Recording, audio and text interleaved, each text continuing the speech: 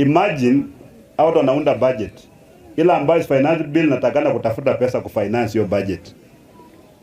Wanatokoa shilingi bilioni 1.5 kwa barabara wanapeleka constituency moja inaitwa Kikuyu. Kula ambayo kuna Alliance Girls, Alliance Boys, nini yote iko huko. 1.5 billion. Alafu wanachukua shilingi milioni 200 inakuja Western yote. Milioni 200.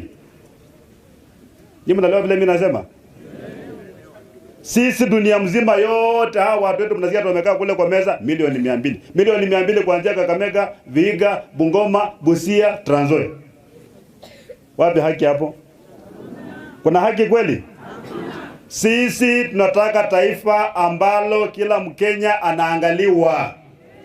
Sio lazima ukue rais ama ukue deputy president ama ukue nini, unaangaliwa kwa sababu unatoa ushuru na wewe ni mwananchi wa Kenya. Hiyo ndio tunataka. Na wale ndugu zetu ambao walitutangulia, kina Mudavadi, kina Wetangula mlitutangulia, mmefanya kazi ile mmefanya, wakati wa kung'atuka umefika. Wanatakana wang'atuke kwa hiari ama tuangatue. Wanaenda kuambia rais kwamba wewe niko sawa sawa. Kama tuseme wewe ni supervisor kwa ofisi, una train wafanyikazi wa mahali pale hekima ya kushughulikia mambo ni kiasi. When I was doing my high school in St. Patrick's City, I had an opportunity tukaenda mpaka kwa Moi nyumbani. Mkristo ukarimu unajenga jina lako.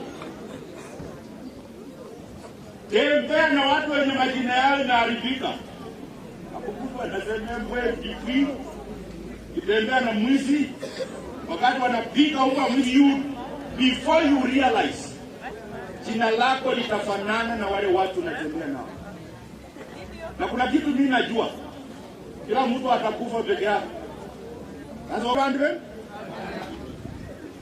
niwebaje beje batamba ni aje ke kurata changu chumbe nyako ni kuenda yetu. Wewe ndo mlasi. As good as he was.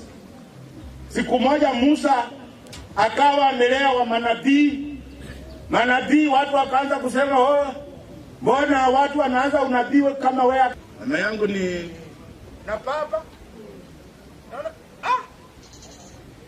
si mtoto mama yake ni fulani. No. Wewe mama kwa boma hata vyeo wanakulia kwa sababu jina lake. Kuna mtu anaitwa Nelson Mandela. Nelson Mandela lived a good life. If they are kupeleka mbinguni, but another thing, jina neno la Mungu husaidia watu coexist ili uishi na watu vizuri. Mwisho kabisa, wapendwa,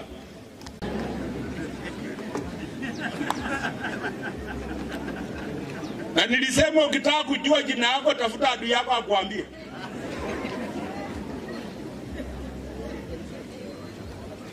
Ukarimu, wapendwa, Bwana asifiwe.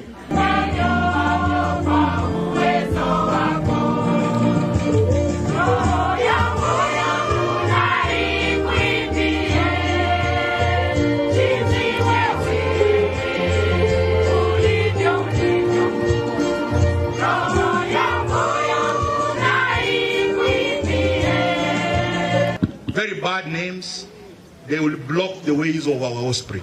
So jina jema ni urithi ya watoto wetu. Majina mazuri itakufanya uishi hata kama ulikufa.